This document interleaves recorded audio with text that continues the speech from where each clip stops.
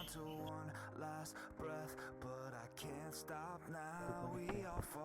ಬೆಳಗ್ಗೆ 4:30 ಎಲ್ಲ ಅಲಾರಾಮ್ ಇಟ್ಟಿದ್ದೆಲ್ಲ ಮುಗಿಸಿ ಎದ್ದು ಫ್ರೆಶ್ ಅಪ್ ಹಾಕಿ ಈಗ ಎಕ್ಸಾಮ್ ಬರ್ತಿದೆಯಲ್ಲ, ಹಾಫ್ ಇಯರ್ಲಿ ಎಕ್ಸಾಮ್, ಅದಕ್ಕೆ ಪ್ರಿಪೇರ್ ಆಗ್ತಿದ್ದೆ. ಫಸ್ಟ್ ಈಗ ಬಿಸ್ನೆಸ್ ಓದ್ತಾಯಿದ್ದೆ, ಬಿಸ್ನೆಸ್ ಎಕನಾಮಿಕ್ಸ್ ಎಲ್ಲ ಸಾಲ್ವ್ ಮಾಡ್ತಾಯಿದ್ದೆ.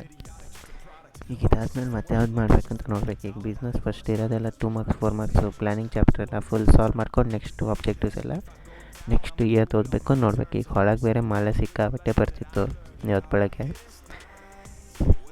ಈಗ ಬಿಸ್ನೆಸ್ ಓದ್ತಿದ್ದೆ. ಬಿಸ್ನೆಸ್ ಆದಮೇಲೆ ಸಂಜೆ ಅಕೌಂಟ್ಸ್ ಮಾಡೋಣ ಅಂತ ಈಗ ಬೆಳಗ್ಗೆ ಬಿಸ್ನೆಸ್ ಥಿಯರಿ ಓದಿದ್ರೆ ಸ್ವಲ್ಪ ನೆನಪಿರುತ್ತೆ, ಅದಕ್ಕೆ ಬಿಸ್ನೆಸ್ ಓದ್ತಾ ಕೂತಿದ್ದೆ. ಸಿಕ್ಕಾಪಟ್ಟೆ ಲಾಂಗ್ ಆನ್ಸರ್ಸು ಈಗೆಲ್ಲ ಓದಿದ್ದೆಲ್ಲ ರಿವೈಸ್ ಮಾಡ್ತಾಯಿದ್ದೆ. ಈಗ ರಿವೈಸ್ ಮಾಡಬೇಕಾದ್ರೆ ಹಳೆದೆಲ್ಲ ನೆನಪಾಗ ಸಿಕ್ಕಾಪಟ್ಟೆ ಕಷ್ಟ. ಅದಕ್ಕೆ 3-4 ಸತಿ ಓದಿ ರಿವೈಸ್ ಮಾಡಬೇಕು. ಗೊತ್ತಿದೆಯಲ್ಲ ಬಿಸ್ನೆಸ್ ಸ್ಟಡೀಸ್, ಯಾರಿಗೆ ಕಷ್ಟ ಆಗುತ್ತೆ ಕಮೆಂಟ್ ಮಾಡಿ. ಬಿಸ್ನೆಸ್ ಸ್ಟಡೀಸ್ ಸಿಕ್ಕಾಪಟ್ಟೆ ಕಷ್ಟ ಆಗುತ್ತೆ ಎಲ್ಲರಿಗೂ, ನನಗೂ ಕಷ್ಟ. 4 ಮಾರ್ಕ್ಸಿಂದ ಮಾಡ್ಬೋದು, 8 ಮಾರ್ಕ್ಸಿಂದ ಮಾಡೋಕ್ಕಾಗಲ್ಲ.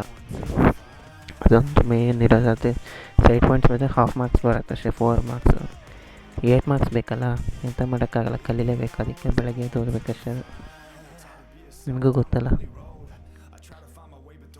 ಈಗ ಮತ್ತೆ ಬಿಸ್ನೆಸ್ ಮುಗಿಸ್ಕೊಂಡು ಎಕನಾಮಿಕ್ಸ್ ಮತ್ತೆ ಟ್ರಾನ್ಸ್ಫರ್ ಮಾಡಿಕೊಂಡೆ ಓದೋಕ್ಕೆ.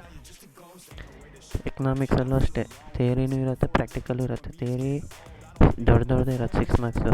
ಇದು ಡಿಮಿನಿಷಿಂಗ್ ಮಾರ್ಜಿನಲ್ ಯುಟಿಲಿಟಿ ಎಲ್ಲ ಕ್ವಶನ್ಸ್ ಇರುತ್ತಲ್ಲ, ಅದೆಲ್ಲ ಲಾಂಗ್ ಆನ್ಸರ್ಸೆ, ಮತ್ತು ಫೀಚರ್ಸ್ ಎಲ್ಲ ಇರುತ್ತಲ್ಲ. ಈಗ ಮತ್ತೆ ಇದಾದ್ಮೇಲೆ ಮತ್ತೆ ಟ್ರಾನ್ಸ್ಫರ್ ಮಾಡ್ಕೊಂಡು ಮತ್ತೆ 2 ಸಬ್ಜೆಕ್ಟ್ ಸಬ್ಸ್ಟಿಟ್ಯೂಟ್ ಮಾಡ್ಕೊಂಡು ಓದ್ತಾಯಿದ್ದೀನಿ. ಇವತ್ತಿಷ್ಟೇ ಆಗಿದ್ದು ಬೆಳಗಿನ ಬ್ಲಾಗು. ಮತ್ತೆ ಯಾವುದಾಗುತ್ತೆ ಅದು ಓದಿ ನೆಕ್ಸ್ಟ್ ಮುಂದಿನ ಬ್ಲಾಗ್ ಸುಮಾರು ದಿನ ಬ್ಲಾಗ್ ಮಾಡಿ